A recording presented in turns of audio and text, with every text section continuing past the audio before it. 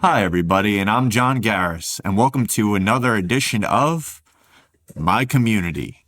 So, this month's stories are obviously something special. They're struggle stories in which people overcame and went through something real, something intense, and came out the other side. And now we have today's special guest, one of my personal favorite chums, someone I've grown up with my entire life, pretty much, Theodore Forlenza. Theodore, why don't you tell the class a little bit about yourself? Theodore. You called me. I can't remember the last time you called me Theodore. It's a little weird. It's a little weird. And I just want to say it's the inaugural. I just want that distinction for me alone. For me alone. He did it. He did it, folks. We started together. We started the podcast together. My name is Teddy Forlenza. I'm 32 years old, along with Mr. Garis here. We've known each other since The dawn of time. 1996, about maybe 95, 96. And yeah, I guess you could say I've gone through some pretty traumatic stuff over the last 2.5, 3 years. You know? So let's talk about it. Let's talk about it, big guy. So, obviously, the name of the game is our dearly and past beloved Nick Forlenza. Let's get into a little bit about your brother, and then let's share the story. So Nick was born on January 27th, 1995. He was 2.5 years younger than me, but 3 grades younger than me. So you'd be surprised how, in the early stages of our life, that made a difference. You know, like how much that made a difference. Because back then, you know, in the early stages of your life, the grade that you're in and your age are two very separate things. You know, that's back when if somebody's 2 years older than you, it's like an entire lifetime of experience. But he was born 2.5 years after myself. He passed away almost 2 years ago, July 1st, 2023. And I believe 5:57 in the morning. It was sometime before that, but that's when we all came downstairs. Well, I should say my mom came downstairs and discovered him.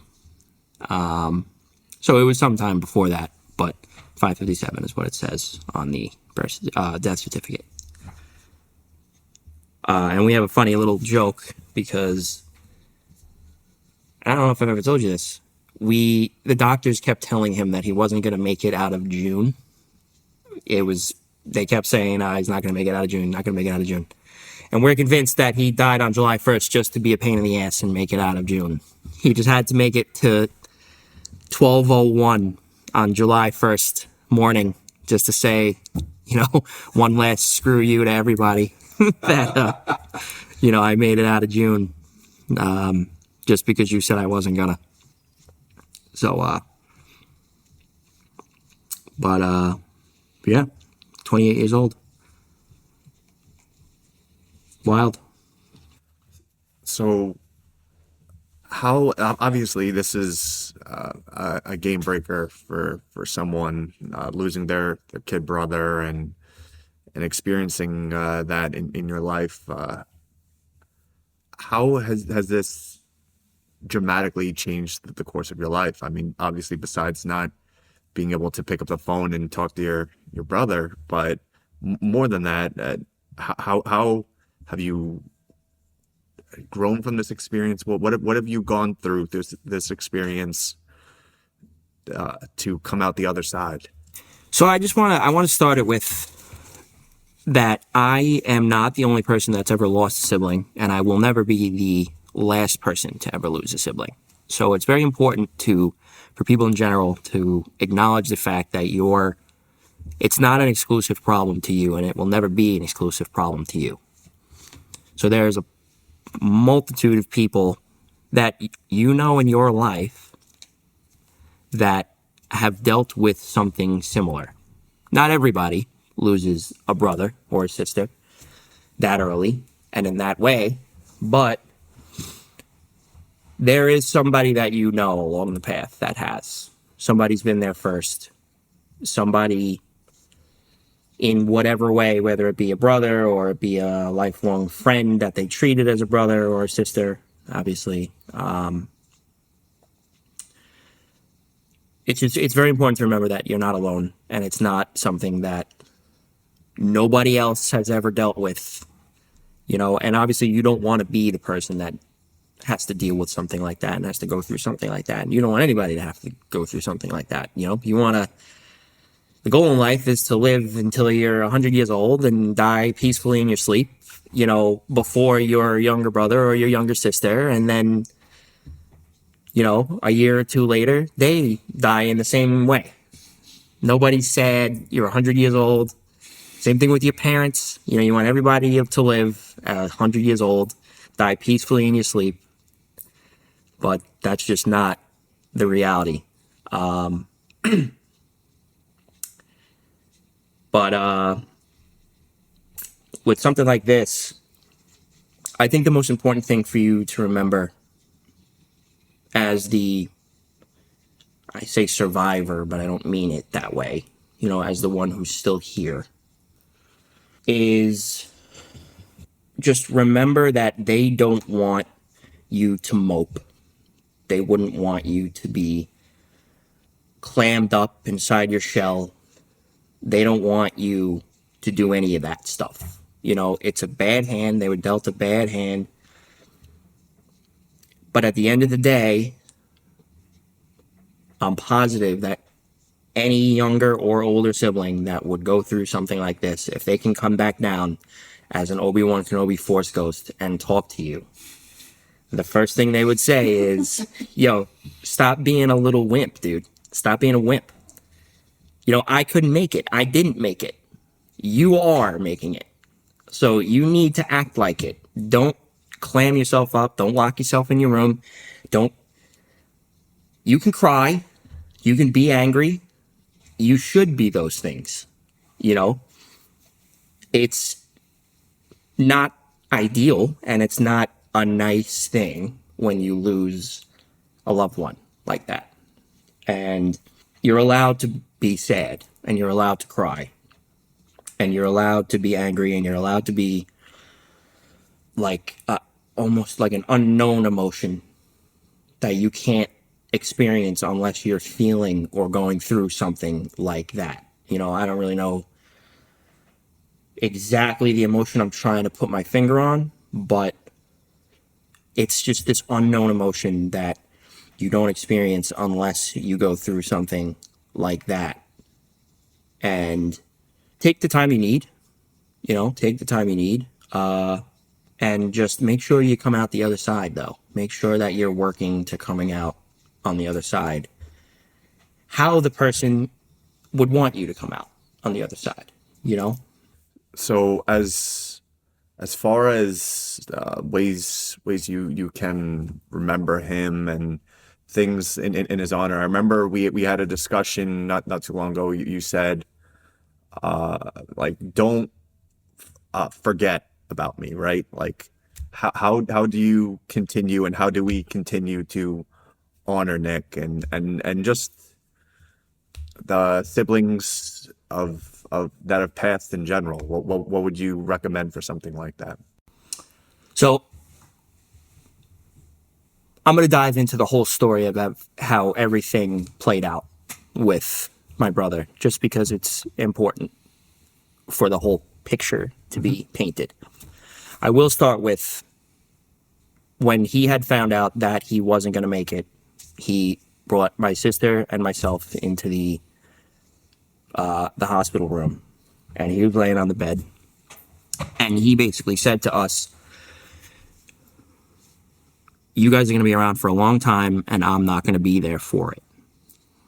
And he actually brought up our Aunt Marianne, who we never met, my siblings and myself. It's my mom's aunt that passed away in, I think, October of 1992, either September or October of 1992. So technically, I'm the only one who, quote unquote, met her. I was 1 month old. Chalk it up. But yes, he just said he wanted to be remembered because we talk about this woman, Aunt Marianne, all the time. My mom constantly making references. Oh, Aunt Marianne used to do this. Aunt Marianne used to do that. So when my brother had found out that he wasn't going to make it anymore, he said, I want to have something like that. Like we never even met Aunt Marianne, and we talk about her all the time. So, but let's go back to the beginning of the whole thing. So my brother, again, born January 27th, 1995, passed away July 1st, 2023. In between that, he was for lack of a better phrase, a little bit of an overweight kid. And when I say a little overweight, he was pretty overweight. But that being said, that helped to shape who he was as he got older, because when you're a kid, you have, you get made fun of. All kids are not all, but most kids are jerks to each other. We don't know how to be when we're in, middle school, going into high school. Like, we're all Raging hormones. Raging hormonal. Yeah, don't know what's going on. We don't know what the hell we want. Yeah, right. No, I don't feel comfortable, so I'm going to take that out on you. Now I'm going to make fun of you. That's how we are when we're 10, 11, 12, 13. Yeah. So he got made fun of, obviously, and he lashed back. He was a little bit of a misbehaved child. But again, that shaped who he eventually became as he got older, because as he went into high school, he played football for St. Peter's Boys, won the Ironman Award. He didn't miss a practice for a whole season. He would go to practice with cleats that were duct taped shut by the toes because he couldn't miss practice that day.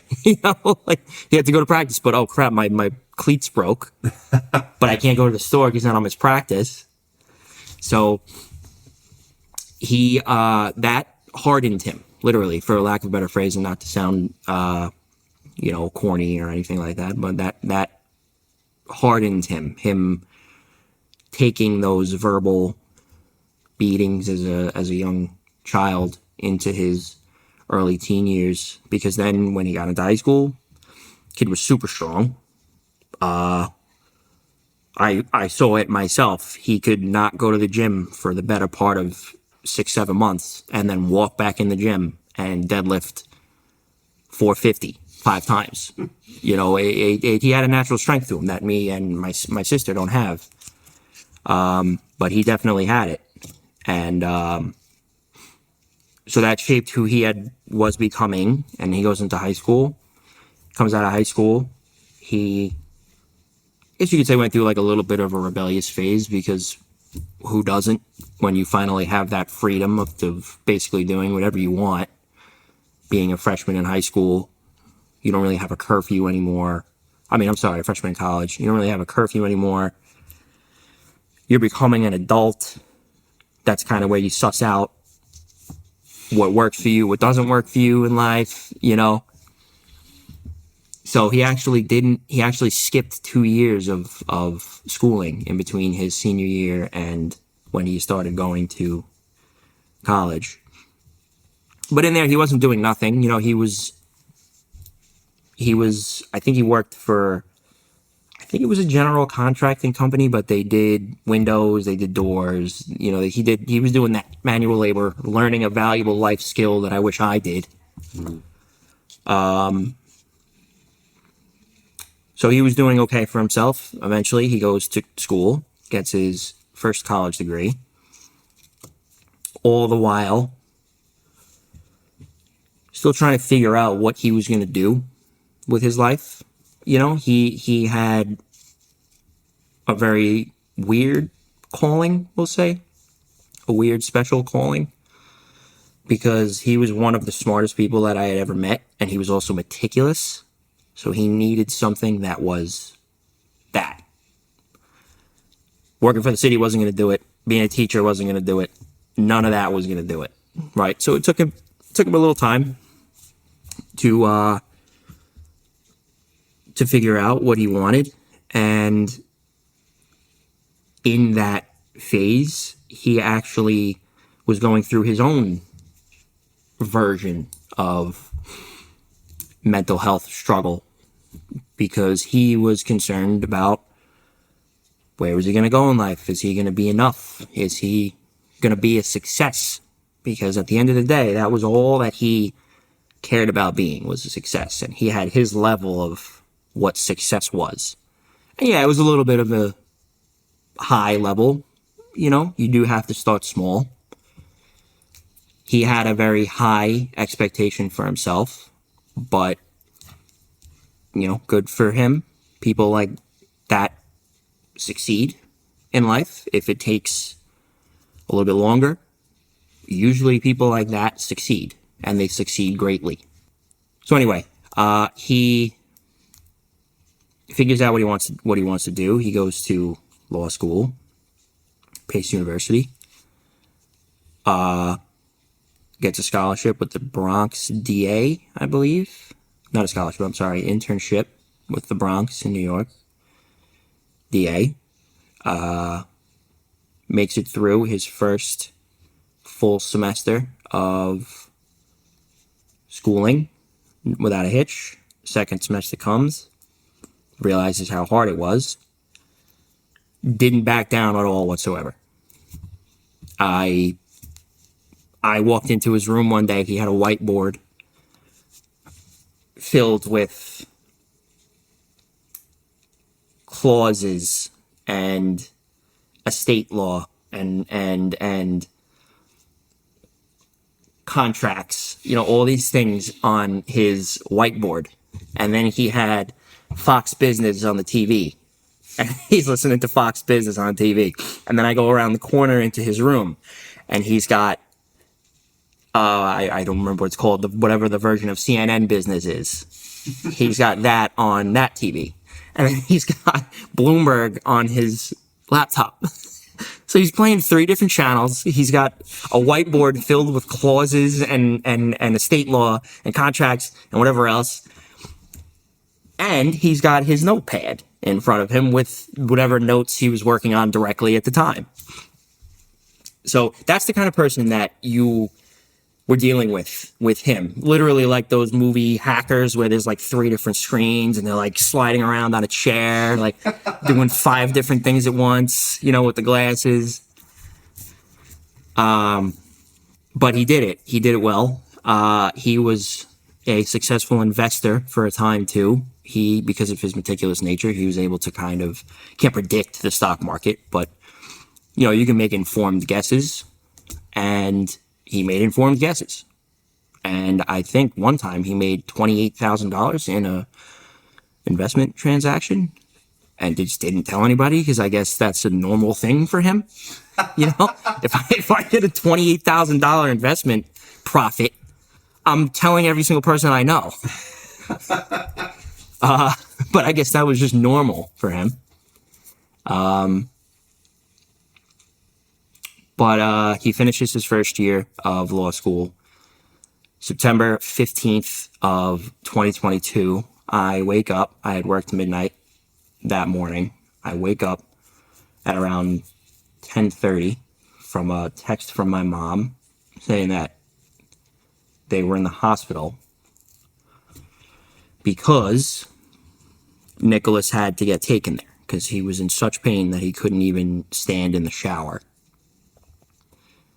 And at first, I didn't think anything of it, because one of the good things that I had just discussed about my brother was that he was very hardworking, won the Ironman in high school for going to practice every single day, probably played through an injury or two. As a younger kid, he probably didn't work out with proper form. So my first thought was, all right, he hurt his back. I think he's been dealing with his back thing for years to this point. So I'm like, all right, he hurt his back. Finally, he's going to go get surgery. He'll get whatever, disc. He'll get it fixed or whatever it'll be. So little did I know that he actually had I don't remember how big it was, maybe the size of a marble. He had a tumor growing on his spine, on his lower spine, that was impacting his spine, which is why he was in so much pain all the time. And that started to affect him going to the bathroom. It started affecting everything, because you'd be amazed how much your lower spine plays a part in everything that you do. So he goes to the hospital, in the emergency room, for, I want to say, 4 or 5 hours. They give him a room, and I want to say within 12 hours, not even a full day, I want to say within 12 hours, they discovered that he had cancer. It's called Ewing Sarcoma. Stage 4. The tumor on his spine had spread to his rib cage. He had a tumor wrapped around his rib cage, which was breaking his rib cage, but that hadn't come until later on, after the lower back pain. He had a tumor on his chest. No, I don't remember, but I do remember that he had a tumor on his rib cage, 2 of his ribs, and they broke his ribs.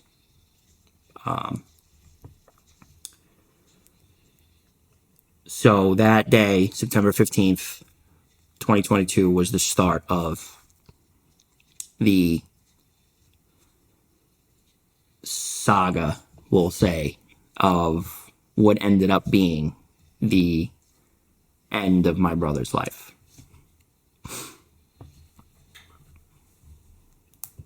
Damn, Ted. In life, we're given so many different moments. Obviously, some good, some bad, and it's hard, because I feel like a lot of the time we really viscerally remember those core dark moments of life. But from my experience, dude, where there's darkness, there's always light. And as someone who has seen you go through this experience firsthand and seen the person you become now, I just wanted to say that I'm beyond proud of you, and I wish wholeheartedly you didn't have to go through this experience, but for someone to go through this experience and come out a better individual, I applaud you and I love you, and I just wanted you to know that. Love you too, pal. 29 years, man. Keep them going. Yeah. You asked somebody else to marry you and not me. I know. I shoulda. But it's a process. If you got the time, we can dive into it a little more. I don't know what your time constraints are. Yeah, no, dude, it's whatever you feel comfortable with, man. So it started on September 15th, as I said, and I'm going to dive into a little bit of the story again. Sure. Yeah. It's all wrapped in. It's all relevant. Yeah. September 15th, we find out he has it. My dad's birthday was actually 2 days later. 3 days later, I'm sorry. So that was a little bit of a sad birthday for Dad. But for the first couple months, I want to say the first 2 months, he was fine. Well, relatively speaking, fine. He could still walk. He could still feed himself. He could still go to the bathroom. He could still laugh, make jokes, all these different things, right? There's a couple of funny stories from that time. Share with the class. one Yeah. One of the funniest things, my brother ever said in this world was, it started. It got to the point. It's about 6 weeks, 8 weeks, maybe 10 weeks into him being officially diagnosed, where he started to have a little bit more trouble going to the bathroom. More specifically, number 2. So my hard-headed, stone-headed, stubborn brother, because I don't want it to get lost, that he was probably the most stubborn person I've ever met in my whole life. He didn't want to use an enema. And I'm not going to explain what an enema is. You can look up what an enema is if you so choose. He didn't want to use enemas. He was stone cold against using enemas. So eventually it got to the point where my brother was like, all right, let me swallow my pride. I got to use an enema. So I don't remember exactly what he said. My sister would remember a little bit better than I would, but I don't remember. He said something along the lines of, yeah, doctor, I think I'm going to want to use the enema. No homo. Me and my sister look at each other and we're like, did he just say no homo to a doctor? What? Are you kidding me? So, it's why I said that was because he had kept his sense of humor. He had kept who he was. He had stayed who he was, even though he had found out that he had stage 4 cancer that was probably building. All those back pains through the years were probably cancer, getting worse and worse and worse. So eventually, it was actually around the time that the New York Giants beat Minnesota in the playoffs. You remember that game? I think so. This was this. It was the beginning of 23. 23? Okay. Yeah, it was the beginning of 2023, like January 4th or something. The Giants beat the Minnesota Vikings in the NFL playoffs. My brother, my sister, and I were watching in the hotel room. They win. He gets up. We celebrate. He's walking around. He's walking with a walker, which at that point, I thought it was just because he had gotten a little, I'm going to say lazy, because of just the sedentary lifestyle that he was leading at that time. Not by choice, obviously, but he was walking around with a walker, and that was a little painful to watch, only because you're watching somebody do that who you've also watched deadlift 450 pounds and throw me across the street because we got blacked out drunk one night, and we don't know why. We were mad at each other, but we were. And he just throws me across the street like I'm a ragdoll. So that was a little painful to watch. But anyway, why I bring that up is that's probably the last time that I saw him walk, ever. So as we go on, it becomes, now we have to call the fire department to get him from the house to the hospital, because he can't get himself up out of bed and walk out to the ambulance and get back in the ambulance.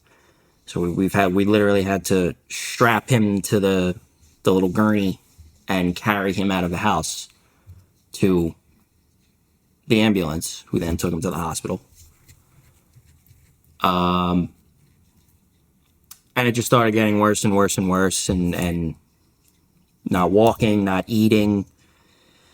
He lost like 75 pounds He weighed less than me, which he hadn't weighed less than me since like 1997. You know, he weighed more than me when he turned 2 and I was 4, you know. But we go on. May 23 comes, and we basically find out in May that the prognosis was just not even, don't even think about anything else. You know, we don't know for 100% sure, but it would take a genuine miracle. Okay. June comes, we find out for sure he's not going to make it. Candlelight vigils, prayers, church offerings, masses, the whole nine. Everybody was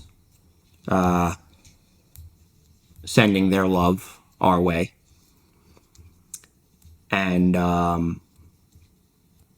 they put him on hospice. I think I want to say it was maybe June 19th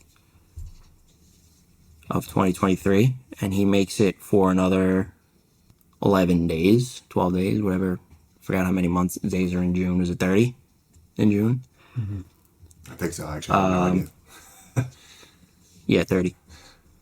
And then in the early hours of July 1st, he passes away.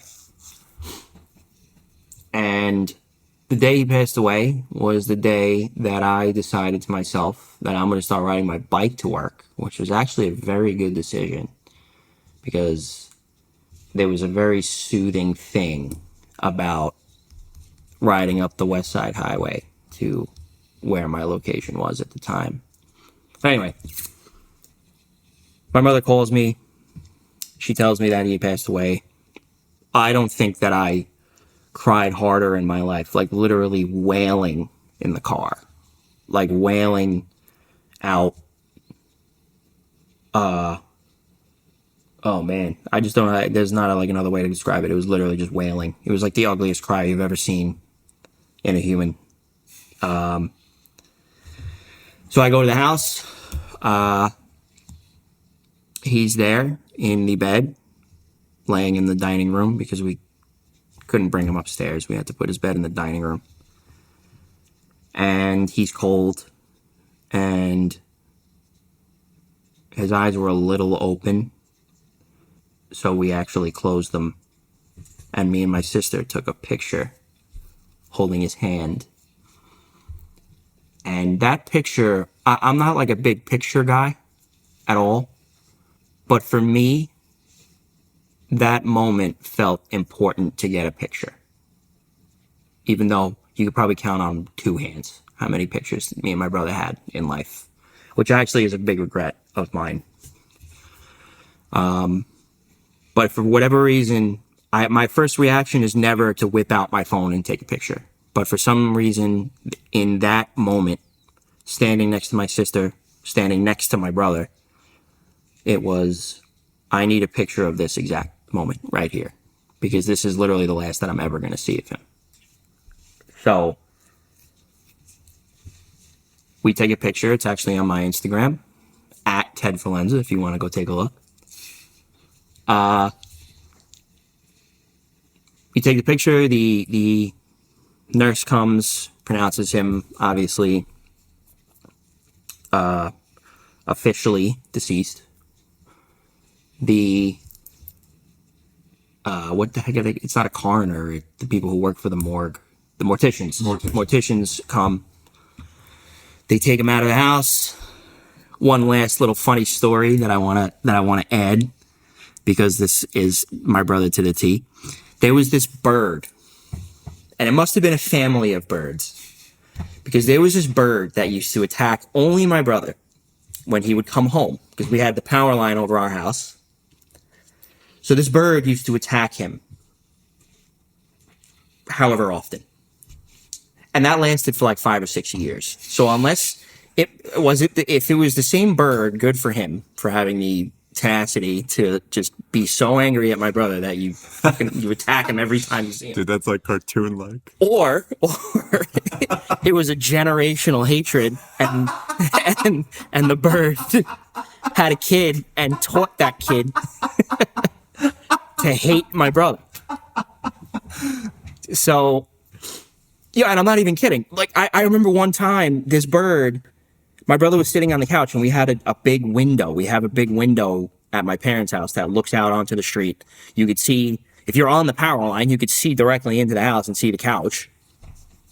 So this bird obviously had a no pun intended, bird's eye view of my brother. This bird slams into the window one day. He must not have known, obviously he's a bird, so he didn't realize that there's a pane of glass standing there. He slams into the window and kills himself. And we were all like, what? And so we were all like, oh, it must have been the bird that was mad at Nick because he probably saw Nick sitting on the couch. I was like, I'm gonna fucking get him. He's right there. He has no idea. He's watching TV. Well, this bird, no, he slams into a pane of glass. So as the morticians are carrying Nicholas out of the house, that bird, or we like to think, that bird was sitting on the power line, looking down, watching. And my first thought was, that must be the bird. He's paying his respects. And my sister was like, it's actually kind of funny. The one bird who just wanted to peck my brother's eyes out for a half a decade. All right, buddy. That was excellent. Just any additional final thoughts? I mean, that was a good cap off, but that was, I just want to say for myself, again, we don't have to go into the ethers of the afterlife or whatever the case may be, but I know for a fact Nick is listening to this and laughing his ass off because that was pretty great. That was a good way to end it, Teddy. Oh man, I would need 3 hours to tell all of the funny, ridiculous things that my brother did in life and into his sickness. Because until the very end, he stayed who he was until the very end. And it literally took his body shutting down on itself for him to change who he was. And just to put a bow on everything that we've been talking about, you can't let something negative that happens completely shut you down as a person. You can't, again, I said it before, you could be sad, you could be angry, you could be depressed, you can be all the emotions you're supposed to be. You can't let that become who you are. It's going to be 2 years since my brother passed away in a couple weeks, and I'm still trying to work my way through it to whatever my new normal is going to be. I'm still not there, but I'm working towards it. And you have to remember that, take for example, the fact that my brother couldn't walk, right? Some days I'm like, oh, I don't want to go for a run. My brother couldn't walk for the last 7 months of his life. And you're talking about a guy who went to practice every single day with cleats with duct tape. You think he chose to get cancer and die? No. You have to remember those things. You have to remember those moments. You have to remember that they don't want you to lose your life like they lost theirs, albeit obviously in different ways. So when you lose somebody like that, grieve, take all the time that you need to grieve, but then remember that they want you to go out and they want you to live as full of a life as you possibly can. And not to sound corny, take them with you. Live for two. My sister and I want to go to Chicago in September to see my brother's two favorite bands. Would I have done that normally? Maybe.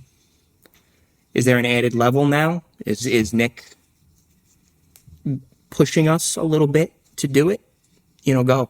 I would want to, maybe. So